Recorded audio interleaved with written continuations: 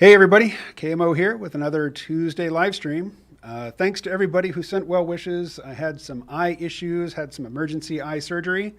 Seemingly it went well. I'll know more in about a month, but thanks to everybody.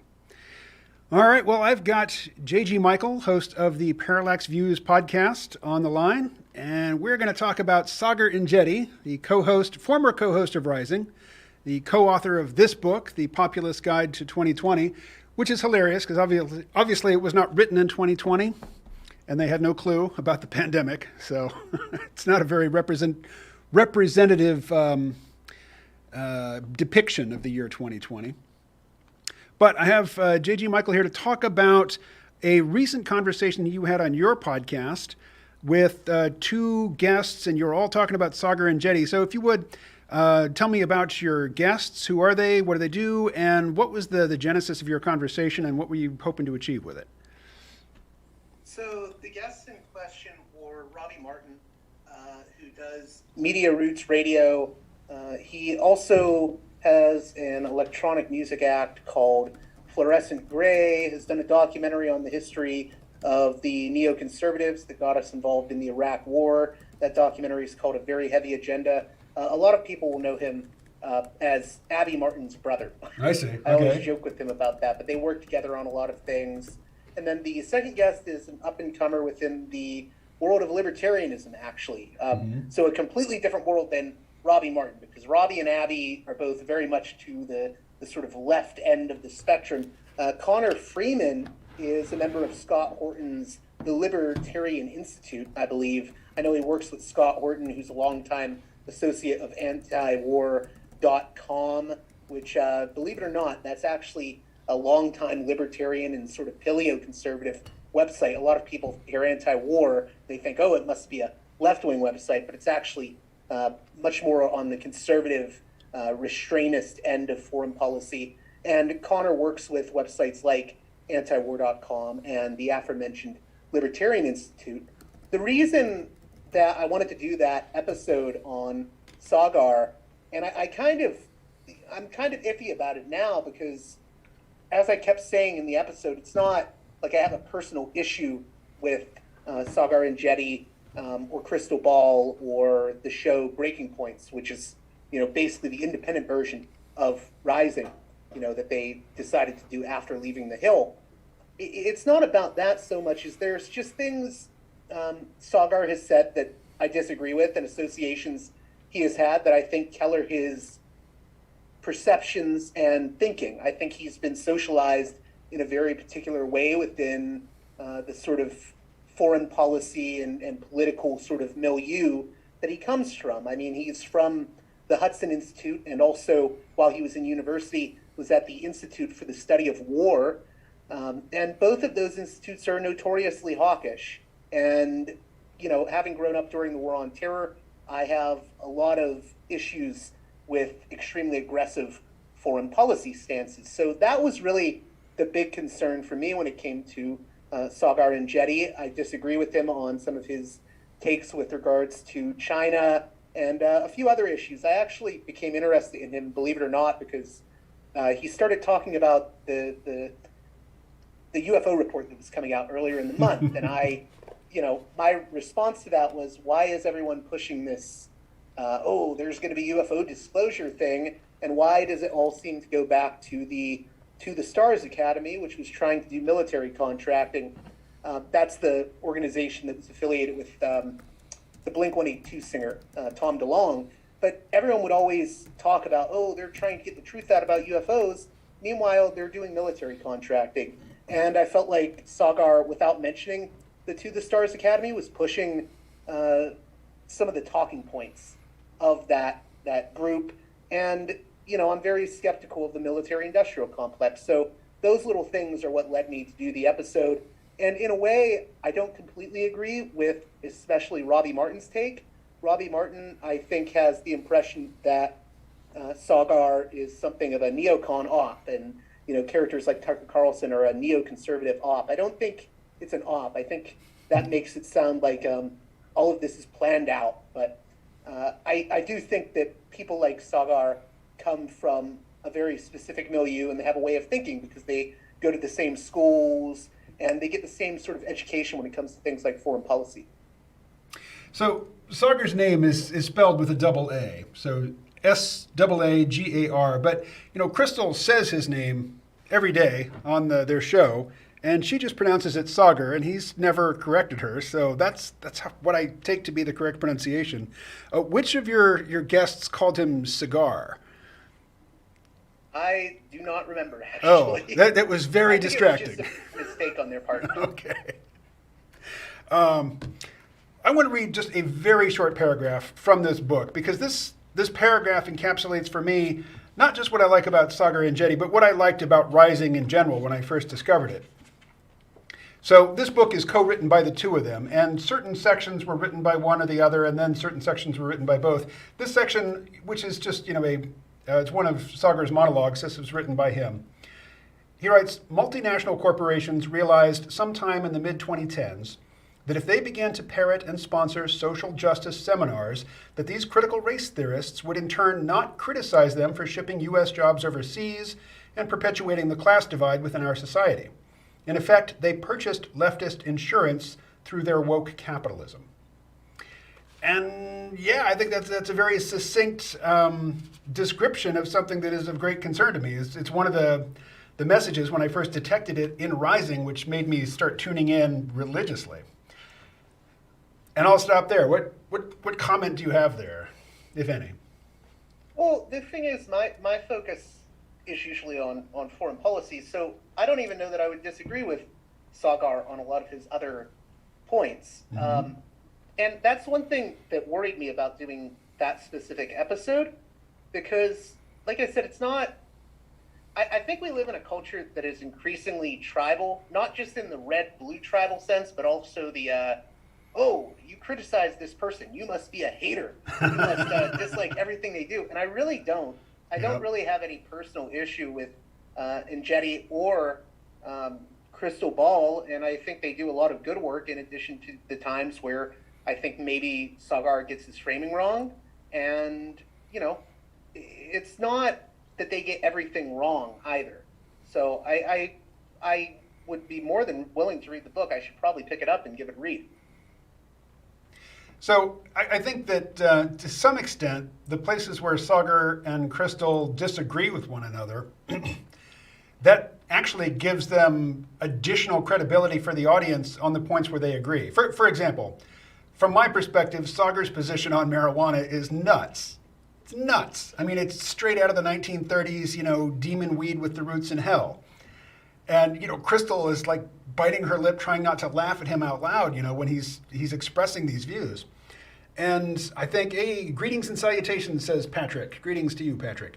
I think, where they disagree and, where they might disagree with you, the viewer, it comes across as a certain authenticity. And as you know, authenticity is king on the internet. A lot of audiences, they despise the over-polished, overproduced, too slickly presented messaging. And I think that Saagar and Crystal actually push the line in terms of that, because they are very slick, and they're both very pretty people. I was going to say, I get a lot of criticism for my show with the intros and outros I do. People say it's too NPR, and it sounds like I'm lecturing when I introduce the guests. So I think there is something to be said for the aesthetic that Breaking Points and before that Rising had. I think was a very powerful aesthetic for a lot of people. And I do think they, like I said, I think they have some of the right ideas. I think that's very appealing to people, to give a sense that you're coming from an authentic point of view rather than, watering it down. So you had two guests, Robbie Martin, who I'm just going to simplify, I don't know the man. I have nothing against him.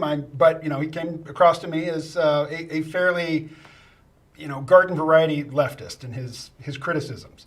What about Connor Freeman, the libertarian? What were his criticisms of Saagar Enjeti?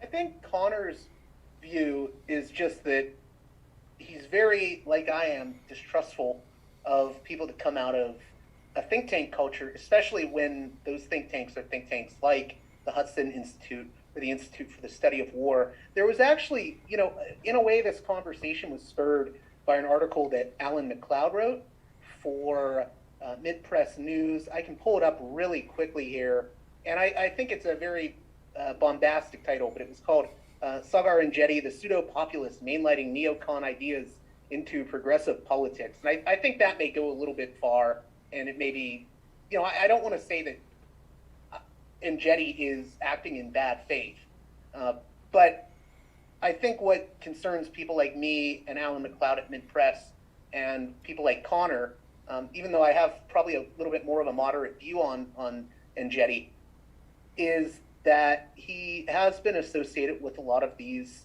very, war-loving, I would say, think tanks. And, I'm not a big fan of things like Raytheon, so. Right. Well, Washington, D.C. is a very pro-war town. So that's also very true. Yeah, most think tanks that he could possibly be associated with in that town, be they left-leaning or right-leaning, are going to be very pro-war. And certainly pro-defense industry, pro-Pentagon, pro-defense contractors. I mean, you have to search high and low to find anybody in D.C. who's going to take a public stand against militarism. Yeah, I would agree with that. I think there is what you could call the blob in D.C. I talk to people at libertarian places like the Cato Institute and the Quincy Institute, and, they are the outsiders within the Beltway. I mean, people like Doug Bondow, who has been working in D.C. for years, was the special assistant to Ronald Reagan. He's very questioning of the D.C. foreign policy consensus, works at Cato. You don't see him get as much airtime. You don't see people like Andrew Bacevich get as much airtime. Although I believe Andrew has been on Breaking Points, or I think it was actually Rising. And Rising has hosted a guest that I like, Trita Parsi, who is the founder of the Quincy Institute. I think they've done a lot of good when it comes to questioning some aspects of foreign policy, but there's other aspects that I would disagree with. I guess for you, are you more drawn to where Crystal and Saagar are coming on a sort of domestic front? Well, I'm certainly interested in foreign policy issues, so you don't have to avoid that topic in order to stay in my lane. One thing we haven't mentioned yet, actually, before I get to this, I want to get to your particular stance on Saagar Enjeti, but I want to make clear there's three different perspectives that we're comparing here. There's Robbie's, there's Connor's, and there's yours. And I think the audience here understands that you can present a point of view without actually endorsing that point of view. So just to step into Connor, the libertarian's into his shoes and inhabit his criticism of Saagar Enjeti, is there any more that you'd want to say to flesh that out?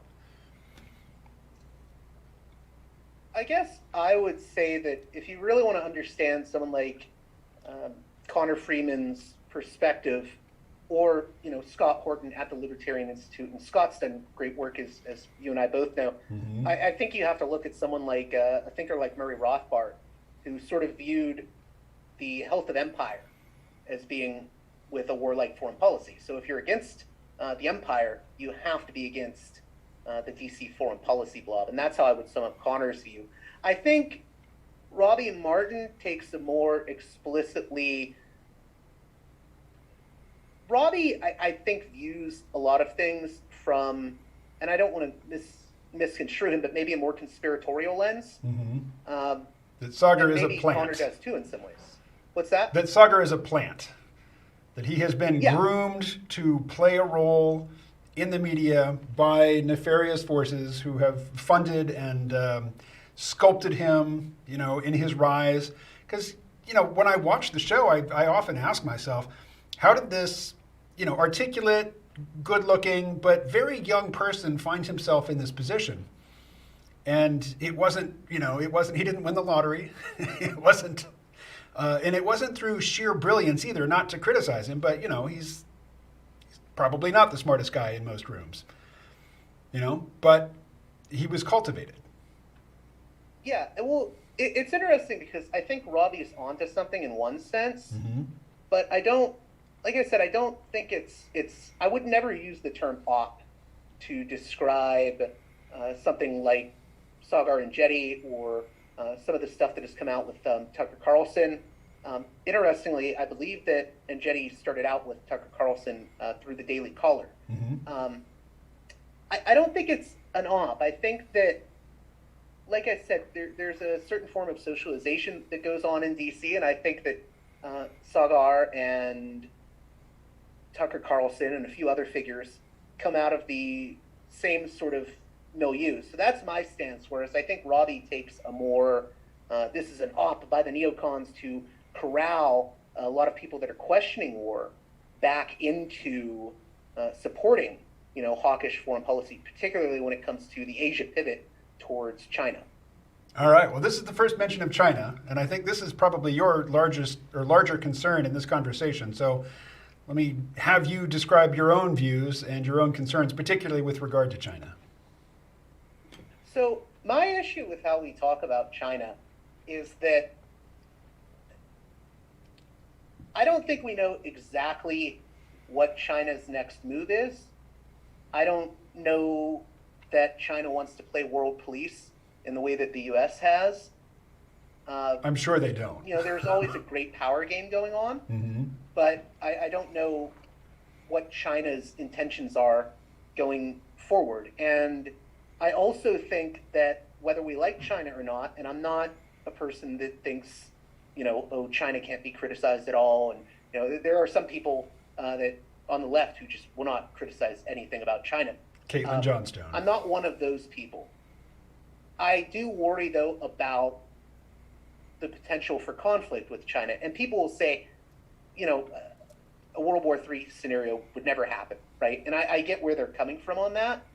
But I mean, one false move in, say, the South China Sea or with the conflict between China and Taiwan, I think one false move can escalate very quickly in very unpredictable ways, as I've said before, I think, on your show. And that's my biggest concern is I think we have to be very careful with how we look at the competition with China going forward, or the competition between the U.S. and China. And I think we should be careful about being too aggressive about it. So, for instance, Peter Zion, who's a person whose analysis I take issue with, but I also listen to him, and I think that I have gained some appreciation for the whole China situation by listening to him and reading his books. In his opinion, the Chinese military is expressly built to invade Taiwan. That's what it's for. The Chinese government has not been shy about telling Taiwan that if they don't return to the fold voluntarily, they will be forced back militarily. And I see no reason to think that that's an empty bluff. The United States is not. The United States has not been as clear and as strongly spoken about saying we absolutely will defend our ally, whom we don't recognize as a country, but will sell weapons to. But it would be disastrous, I think, for the United States if the People's Republic of China did invade Taiwan and confiscate all of their industrial production, particularly their chip fabrication facilities. We would be screwed. We are utterly dependent. So I see Taiwan as not an ally of convenience and not something that the United States can just kind of shrug its shoulders and walk away from, that we are critically dependent on their chip manufacturing capabilities. And I'm not one to say that. Go ahead. I'm not an isolationist. Yeah. I do think we have to be involved with other countries. I think that aggressive foreign policy decisions should be a last resort. Mm-hmm. And I'm hoping that we can have diplomatic solutions with China. I think there are things that we can work with China on. And there may be ways we can work through this situation with China and Taiwan. Now, I don't know that for certain, and a lot of people would say, "Oh, that's you're being naive." But I think there's a lot of risks involved with taking a really aggressive stance, which is my main concern. Although I wouldn't deny anything you're saying either. Well, I would say that the United States has been pretty circumspect and in not being as bold in our pronouncements as the Chinese government has been. The Chinese government is particularly bold in their pronouncements, and they're also they're not shy at all about demonizing the United States to their own populace in a way that the United States government, nothing the U.S. has said about China compares to the things that the Chinese government sends out via text message, to everybody with a cell phone in China, talking about the evils of the United States. Yeah, I don't know. I don't know what I can add to that. I mean, I've always looked at the situation as being one where I can't really control what China does, but I sort of take the Noam Chomsky view of I'm going to criticize what I can from within my own country first and foremost before I criticize another country. Mm-hmm.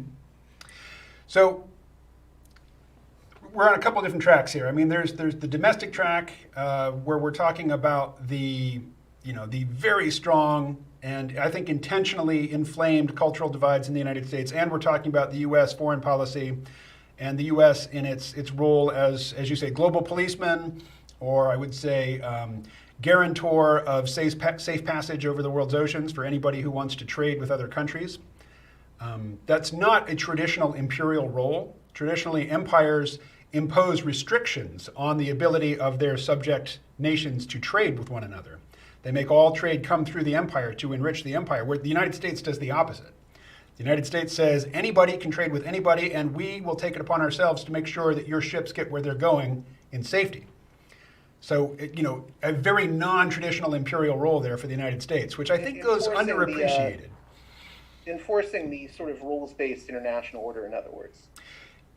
But with a particular emphasis on pacifying the sea lanes, so that it is safe for countries who have no military of their own to trade via sea and have relative confidence that the cargoes they send out will get where they're going, and the things that they have purchased from their foreign trading partners will arrive at their own ports. Something that, as far as I know, no other empire has done, particularly to the extent that the United States has done for the rest of the world since World War II, or since the end of World War II. Yeah, I think that would be a point that a lot of, when I talk to people at the Cato Institute, one of the big differences between, maybe how a libertarian at Cato views what people would call U.S. imperialism and what the left views as U.S. imperialism is libertarians like Doug Bondall would probably agree with where you're coming from, that ultimately it's not like an America first kind of imperialism. No, and in fact, I don't remember the admiral's name, but there was an admiral who, on board a U.S. aircraft carrier, was addressing the crew saying, in all likelihood, you will serve your tour of duty and never see combat. But in all likelihood, you will serve your tour of duty, and at least on one occasion, this vessel will be called upon to help with humanitarian relief after some disaster in some other country, and you will participate in that. We've seen that time and again. And again, I'm not saying that the U.S. is not an empire, but I'm definitely saying it is not an empire in the Darth Vader sense of the word. In the people use that word empire as a slur or as a condemnation. And because it evokes, some very well-deserved bad feelings because of the behavior of previous empires. But back to the domestic scene and the culture war, the cultural divide. There was a vibe that I got from the conversation between you and Connor Freeman and Robbie Martin, which seemed to cast a very skeptical eye on the whole notion that left populists and right populists have any business making common cause with one another. I would disagree with that 110%. I don't think Robbie would have done the show with someone from the Libertarian Institute if he believed. I mean, because he knew who Connor Freeman was. Mm-hmm. I mean, I for one, I have one of my closest contacts. I work with her a lot. Is Kelly Vlahos, who used to work at the American Conservative. I view antiwar.com as one of the closest comrades that I have in this fight with the DC blob or mm-hmm. trying to make people question it more. So I think there is, a possibility for coalition building. And I actually think that anyone who thinks that, we can't work with anyone who is to the right of Bernie Sanders, or, some people view Bernie Sanders as too, right wing. There's people that criticize Bernie. No, it's true. There's I know. I absolutely know.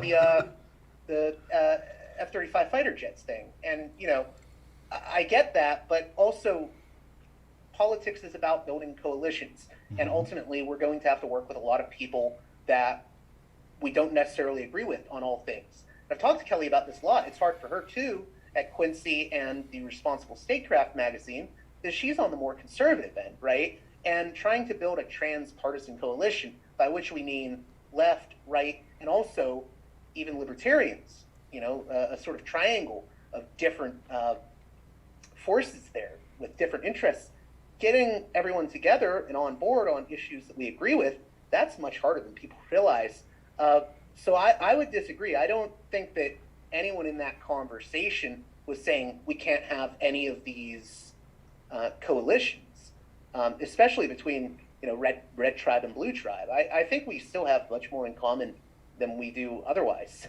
Mm-hmm. But go on with where did you want to go with that? Well, I guess at this point, my question to you would be then, what do you think it is that I'm misinterpreting? What was I hearing or what was I mishearing in that conversation? Because there was, as far as I could tell, a definite vibe of skepticism about Saagar's legitimacy in the role that he presents himself in. He presents himself as the right-wing alternative or the right-wing counterpart to Crystal Ball. And to me, that just seems, that seems a completely legitimate way to frame his participation in their project. She's a left-wing populist, he's a right-wing populist. Sure, and I would agree with that to a certain extent, but we may have specific issues mm-hmm. that we disagree with Saagar on. And like I said, I think a lot of it comes back to China, and I think you also raised good points about maybe we should be worried about China. And I've talked to people like Alfred McCoy about this. I mean, there's a pretty broad range of opinions at work. I guess for me, I have certain lines that I won't cross, and there's certain things that I find to be non-negotiable.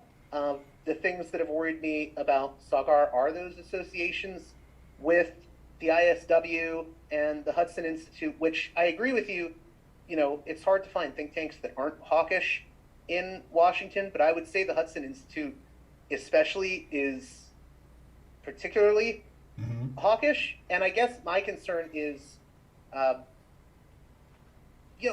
think, and I talked about this with you before we went on air, there was a recent article in The American Conservative by Marco Rubio, and I'm going to pull that up right now. It's called How to Use America's New Peace Dividend. And, in that article, Marco Rubio, who of course is a Republican politician, very much Little Marco. Says Afghanistan was a bad idea. Mm-hmm. We need to have more and more build up with China. And I'm not necessarily saying that we can't have competition with China. I just think we should be careful with every move we make geopolitically at this point. The issue that I think comes up for me is, why is the American Conservative publishing that sort of point of view, whereas people who were very much against any sort of aggressive foreign policy, like Kelly Vlahos, like Daniel Larison, they're all gone from the American Conservative.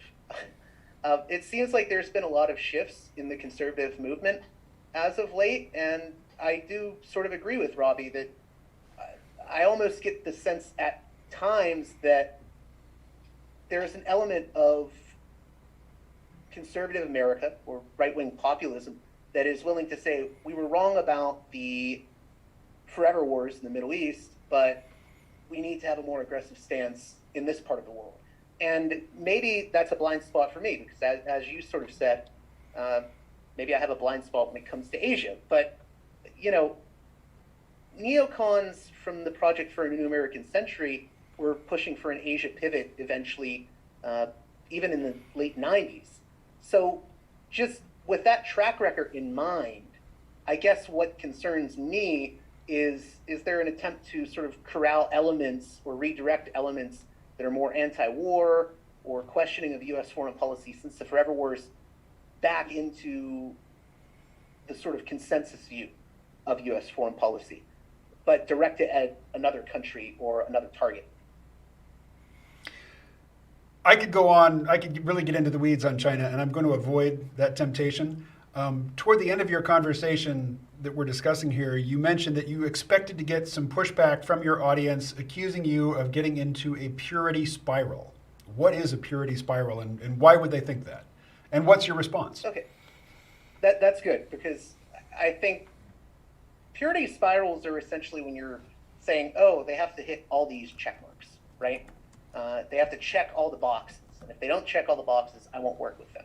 And I think that that's a very, very, very dangerous view to have, especially in the moment we're in, because I think we're in a very dangerous time. I think we're in a very sort of world of shifting alliances, a world of flux, if you will.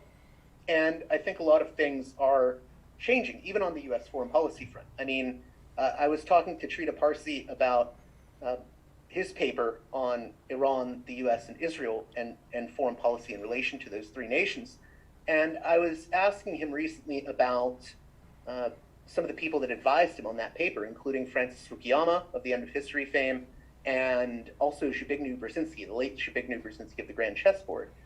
And, you know, what he told me was very telling. He said, you know, even though he, as a sort of foreign policy restrainer, doesn't really agree with Fukuyama entirely, or Zbigniew Brzezinski when Brzezinski was alive, even people like Brzezinski and Fukuyama were seeing, especially in light of the Iraq War and the Bush administration, that foreign policy was going to need to change on some level. And I think we're seeing that in DC now. I mean, people like Jake Sullivan are taking a lot of, you know, blows over Afghanistan. And in some ways that's rightfully so. In some ways, I think it's driven because the media has a very specific view about the role that the U.S. has to play in the world.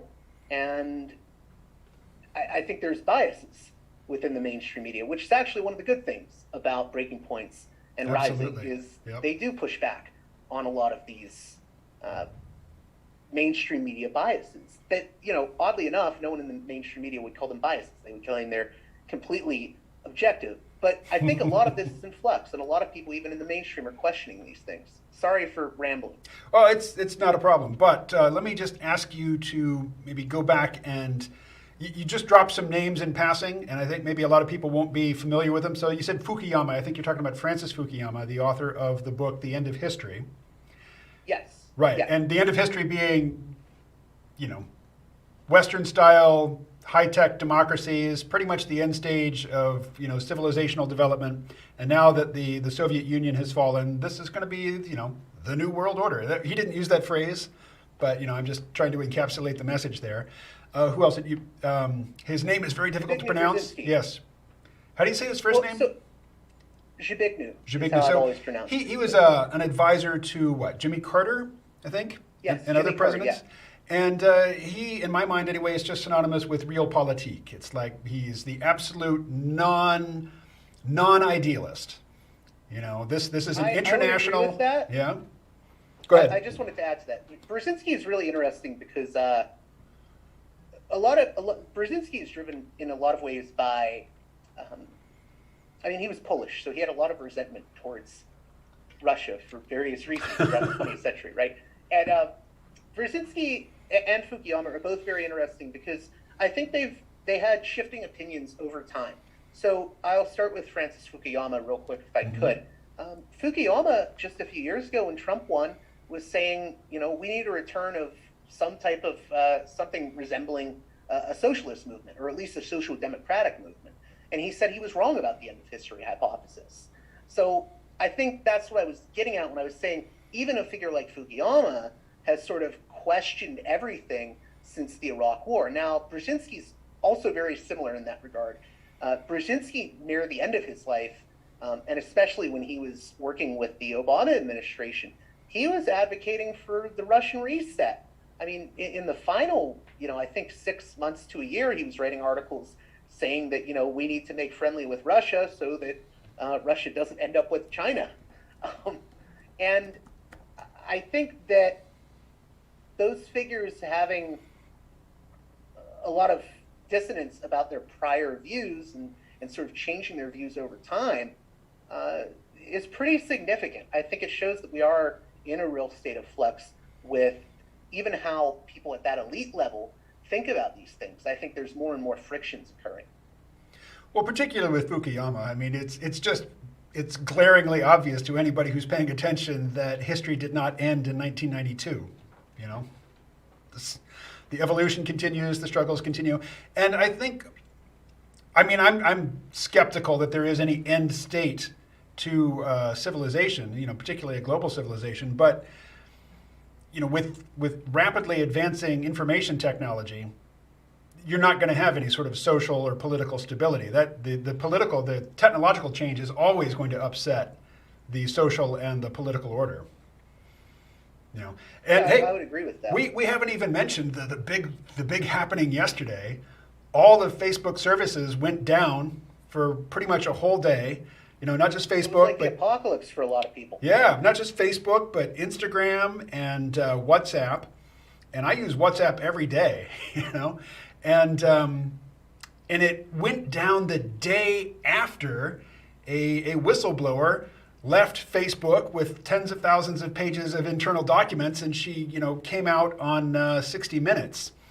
And so, I don't know how things work technologically at Facebook. I have no basis. I'm not presenting this as a hypothesis, but it's felt to me as if like Facebook had shut everything down to do the digital equivalent of shredding documents, all day yesterday. And again, I No, don't. definitely. And I wanted to add something to what we were talking about earlier, and it's not so much going back to the issue of China, because I think neither of us want to perseverate on that too much. But let's say we do get increasingly more hawkish with foreign policy. I mean, it's already kind of hawkish, right? But let's say we do go in a more hawkish direction, right? Even with Iran. I mean, in some ways, there would probably be people in the U.S. that would benefit from that. I mean, I think people like Peter Thiel pushing his candidate, Blake Masters, in Arizona, I think a lot of the push is for a sort of war economy that would create certain jobs within the U.S. So, I mean, a lot of this stuff gets more complicated than I think people realize. Yeah. In the case of Iran, it seems like there's a historical sense of wounded pride that the U.S. is nursing and can't really get over. And I think it's unhelpful. I don't see that Iran poses any sort of economic or military threat to the United States. And I think if they did get to the point where, they did pose some sort of credible military threat, the U.S. wouldn't have to do anything about it. Israel would take care of that. Without any direction from the U.S., without any support, even overt support from the U.S. So I just think any hawkishness towards Iran is ill-advised and harmful. China, I think, is a different story. I mean, go to Vietnam and ask the Vietnamese what they think the American position toward China should be. Go to the Philippines and ask Filipinos, what they think about the fact that China claims all of their fishing waters as Chinese. Or China claims all of the mineral resources in the South China Sea as theirs. Even though those waters are much closer to other countries, the Chinese are pulling up some map from 400 or 500 years ago where some Chinese scholar said, yes, this is a Chinese waters. And they're using that as the basis for justifying, building these fortified islands and turning things which cannot support, permanent habitation into these military bases. So the United States has a perpetual sort of military exercise taking place in the South China Sea where they slow steam through those waters in a zigzag pattern, and China flies over with their jets and they say, get out right now by the most expeditious fashion in a straight line, as fast as you can go, get out of our waters. And the U.S. is like, nope, these are international waters and we're just going to tool around, and what are you going to do about it? And, that might seem bellicose, that might seem provocative on the part of the U.S. But from my perspective, I think it's important to assert that those really are international waters, and that the waters that run along the Vietnamese coast belong to Vietnam. That doesn't seem crazy to me, and to let China claim those waters, that seems like a bad precedent. I was going to say, diplomacy, it takes two to tango in diplomacy, right? I mean, if we're going to have diplomacy rather than war, it also takes China to do that. Right. And whether they're willing to do that is its own question in and of itself. I guess when it comes to U.S. foreign policy, I think we should look for the lowest risk solutions first, and then, you end up at the higher risk ones if absolutely necessary. So what is a more high risk endeavor, maintaining a presence in the South China Sea or ceding the South China Sea to the Chinese to come back later and try to re-establish a presence there? That's a very good question. And if I'm completely honest, I don't know if I have the definitive answer to it. I guess what I would hope is that, we can all come to the table. Both countries can come to the table and have a discussion. But as we saw with the Alaska summit, right, a few months ago, that didn't exactly go too well. And I think I wanted to bring up the Alaska summit. Is that okay? Yes, I don't know a lot about it, so educate me on it while you make comments on it. Okay, so the Alaska summit was a meeting between the leaders of China and the U.S. Within the past year, and it was really just a back and forth of, well, you did this, you do this. The U.S. says you commit human rights violations against the Uyghurs, and China responds with, you're friends with Saudi Arabia, they commit human rights violations, or why don't you look in your own backyard at George Floyd and the protests, and look what is happening to black lives in your country, and look at the opioid epidemic. So it seems like neither side wants to address their own culpability in certain things geopolitically, right? I mean, I think the U.S. has made mistakes with certain allies. I've mentioned Saudi Arabia. And I think China also doesn't necessarily have the perfect human rights record. And I know I will probably upset some of my friends who are more on the Marxist-Leninist side of things for saying that. But, my friend C. Derek Varden recently said that there's no adults in the room. And that's increasingly how I'm feeling about everything. There are no adults in the room when it comes to foreign policy and international relations. And I think that's true for the U.S. and for China and for even other countries. I think Saudi Arabia hasn't always done enough self-reflection. I don't think Israel has. I don't even think Iran has, right? So in a way, where do you go from there? In a way, maybe you're right. I mean, maybe we do have to have a more aggressive foreign policy in that regard, but I would hope that can be averted. And I guess maybe that's my problem. I'm too much of a hippie. Well, there's another thinker, geopolitical analyst and commentator that I haven't mentioned, but I haven't mentioned him in this conversation, but I mention him fairly regularly, and that's George Friedman. And in his most recent book, the title of which I cannot bring to mind, but he's got a chapter where he's talking about the United States as an empire. And he's very critical of the United States in its, performance of its imperial role. But he says, we talked about him the last time I was on. Yeah. And he says that, when you realize that you are an empire, even if you didn't mean to become one, the most sensible thing to do is not necessarily to immediately dismantle your empire. It could be that, that is not going to produce the results that are going to make the most people happy and promote, prosperity and whatnot. But he says a competent empire uses its own military as a last resort. And absolutely, diplomacy should be pursued extensively, skillfully, diligently. And then, if diplomacy is not going so well, then you involve the military forces of the countries in the region that are aligned with you. But to send your own troops as a first resort is ridiculous. I mean, it demonstrates the immaturity of the United States as an empire. That, empires that succeed over the long term, they don't do that. I mean, that, for one thing, that will erode your support at home. The people who are the most gung-ho for striking back after 9/11, those are the people who have lost limbs and children, to the war. It's not people in Washington, D.C. It's not people in New York City or Los Angeles. It's people living in Arkansas. It's people living in Mississippi and, Tennessee, Missouri. These are places where lots of young people coming out of high school, they see joining the military as, one, an honorable thing to do, and two, probably their best economic prospect. And those are the people whose families are bearing, the cost of this constant foreign military adventurism.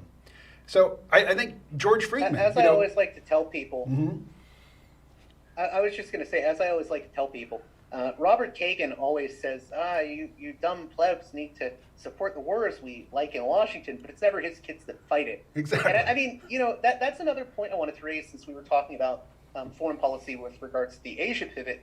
To be honest, and I'll probably take some flack for this, I would even take, Philip Zelikow, who was the head of the 9/11 Commission most famously.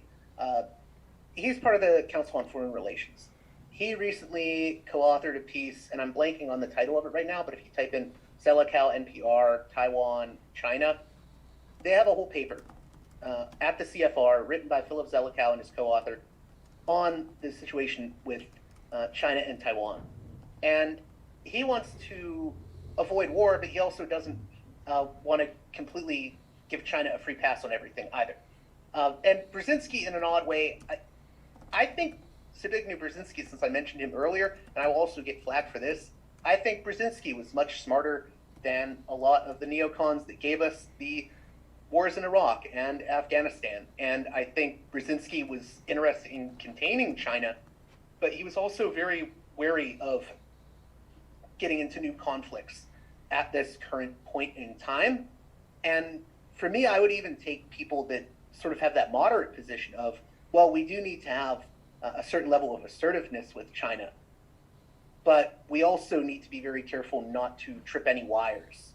And for me, I guess what I worry about with Saagar, and this is my own bias, and this is also true of Tucker Carlson, I guess when I see their connections to neoconservatives, and I see where certain Project for a New American Century figures like James Woolsey have gone in recent years, basically pushing for really, really aggressive stances on Russia, China, Iran.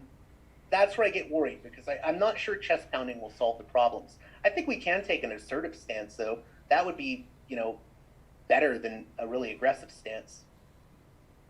So I think there's an important distinction to be drawn between what people in think tanks say to try to influence U.S. policy, what they say to one another, what they say to And their what they contacts end in the up military. What they end up doing, but also what the United States government says in the public, the international arena. Statements from, the official representatives of the United States are different from what people at, the Hudson Institute say. So I think that the United States, particularly compared to China, has been very restrained in its rhetoric. And, I don't see an obvious... Well, I mean, Biden certainly hasn't been calling for war with China. I mean, Biden has essentially been saying, oh, we're going to have competition with China, which is, very different than banging the war drum. So I would agree on that. Mm-hmm. Well, hey, we've got just like 7 minutes left, and we haven't touched on our second topic, which was conspiracy theories. So I want to bring up a chart, an infographic. Let's see, how can I get this? Oh, the escape button is not working. What can I do?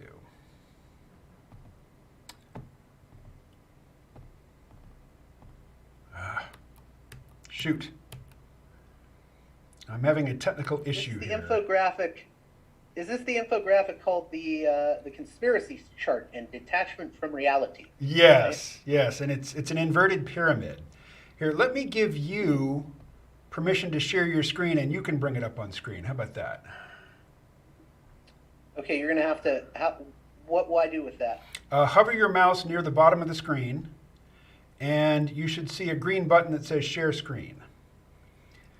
Okay. And if you click on that, it'll ask you what you want to show. So you'll want to just call up your web browser, and then there it is.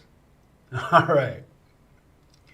So there are various versions of this. I think this one is different from the one I was looking at earlier, but if you scroll up a little bit, you can show everybody, all of the layers of the inverted pyramid here. Mm-hmm. Okay, so at the bottom are things which we know exist. And at the top are things which are clearly paranoid fantasy, and then there's gradations in the middle. So let's go back down to the bottom. So things that we absolutely know exist. COINTELPRO. Let's see, NSA mass surveillance, or what Edward Snowden revealed to the world. The Tuskegee Airmen, what was that, syphilis experiment, where At first, there was a group of black servicemen who had syphilis, and the military, medical establishment was just monitoring them over a long period. And there was no cure, so, a treatment wasn't being withheld from them. But then a cure was developed, and they were never told. That's vile, absolutely vile, but we know it happened. There's no ambiguity about it. It's admitted, it's well documented, it happened. MK Ultra, the CIA giving LSD to unwitting civilians, without their permission, without their knowledge. That happened. The Bohemian Club, they have their annual meeting at the Bohemian Grove, and very powerful people go and they do like frat boy rituals. And Alex Jones snuck into that one year and didn't really have the context to understand it. And to him, it's, some satanic ritual. Well, it's also, can I add something to that? Sure, go ahead. That people don't, I think Philip Weiss, who now is most known for running the website Mondo Weiss, has done a lot of journalism. He's one of the most vociferous pro-Palestinian voices within the American Jewish community.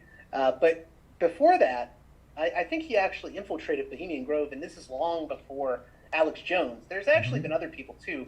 Peter Phillips wrote his dissertation on Bohemian Grove. I believe he tried to help Alex Jones with the documentary. He didn't get much credit for it. But what's interesting about the Bohemian Club, right, is that, what people don't realize is one of the things they're not supposed to talk about is politics. But we know from Philip Weiss, and when he went there, that they do. So that's one interesting tidbit about the Grove that a lot of people don't realize. They claim to have no politics at the Grove, but in fact, that's not actually how things go down there. Right. But for the point of this discussion, Bohemian Grove, Bohemian Club, it exists, it's real. There's no discussion to be had about that, really. In terms of, is this a conspiracy theory? No. So now we move back, past this speculation line, and we get into things like Marilyn Monroe. Well, we know she existed, but was she murdered? What do we got here? Roswell. I mean, I've been to Roswell, New Mexico. I know it exists, but, again, supposedly there was a UFO incident that happened there. Area 51, I can tell you for sure, Area 51 exists. If you're driving along those New Mexico highways, you'll probably be stopped by soldiers with combat weaponry, and you will be interrogated as to what your business is. What's that? Epstein didn't kill himself. Kill himself in bold. Yeah. To me, it seems highly likely that he did not kill himself, but I will admit it is speculation. Let me, before I, talk us through all of these, and we got to go pretty quickly here. Do you have any comments about the green or the blue levels here? Not particularly. I think that once we get into the purple, well, go on. I'll give you my opinions on the next ones. Okay. So, yeah, the fuchsia, what do we got here? Elvis lives, seems unlikely. Aliens built Stonehenge, seems unlikely. Crop circles, I mean, I know they exist, but I'm pretty sure they're made by people. Greta Thunberg is a time traveler, never heard of that one. Bigfoot, so yeah, I think we're into some leaving reality. I think that's pretty clear. But if we go up from there, we go from leaving reality to science denial. And this is where I start to have a problem with this whole categorization. It's like, I don't think you go from questionable reality claims to denying science to anti-Semitism. That I don't think is a natural progression, and I don't think that you're necessarily anti-Semitic if you believe in the flat Earth. I know a guy who believes in the flat Earth, and he's Jewish, but he also believes that the U.S. never landed on the moon. He's just got a mind that is looking for the big lie. So to me, the author of this infographic, as they get up toward the top, they're really sort of laying their cards on the table saying the people with the really bad beliefs are the right-wingers. And I agree that historically, even in recent history, that the right wing has been far more susceptible to paranoid conspiracy nonsense than the left. Now that changed in the Trump years. Now the left has completely gone off the deep end as well. But maybe not to the point of Pizzagate or a flat Earth, or also hollow Earth is on that same level. And I would be really impressed by somebody who maintained both a flat Earth mentality and a hollow Earth mentality. I think that would be pretty metal. But anyway, that's all I have to say. What's your thought on these? I guess, I mean, I think about this a lot, and I'm increasingly annoyed with this idea that conspiracy theories are going to be the complete death of the Republic very soon, blah, blah, blah, blah, blah, because conspiracy theories have always been with us in America. Yep. A lot of this is not new. In the 90s, people complained about, I mean, pundits were complaining about Oliver Stone's JFK movie and Feral House Publications books, saying, oh, they're creating distrust in government, and it's hybrid paranoia, left and right paranoia, and it's the end of the Republic. Before that, we had Richard Hofstadter, The Paranoid Style in American Politics. You know, and I do take issue with things like John Bircher style conspiracy theories. But, you know, the idea that, I don't know if you saw the mini freak out over that Spike Lee documentary series on 9/11. There was a freak out over it in the media. People were writing articles saying, you need to tell HBO to make Spike Lee edit the episode with the architects and engineers for 9/11 Truth guy in it. You need to have him edit it. This is the end, blah, blah, blah, blah, blah. You know, the stuff that Spike Lee was showing in that documentary is no different than what the guys in Loose Change 9/11 were showing in their documentary 10 years ago. Didn't cause the end of the world then, isn't going to cause it now. And I don't even like Loose Change. But I guess my point is that we're in this panic over conspiracy theories as if we haven't had a paranoid style in American culture for a long, long time. And not just on the right. I mean, you have that line Hillary Clinton had about the vast right-wing conspiracy, which actually comes from Sidney Blumenthal. And I happen to think that there is a little bit of truth to what Blumenthal was getting at. There is sort of a right-wing networking culture, the CNP, Council for National Policy in particular. I think we've always had paranoia and plots and schemes in America. I always think it's part of our DNA. And I'm kind of tired about the hysteria around conspiracy theories. Well, we're going to have to end it there, but J.G. Michael of the Parallax Views podcast, thank you very much, and I hope to talk to you again soon. Yep. Take care.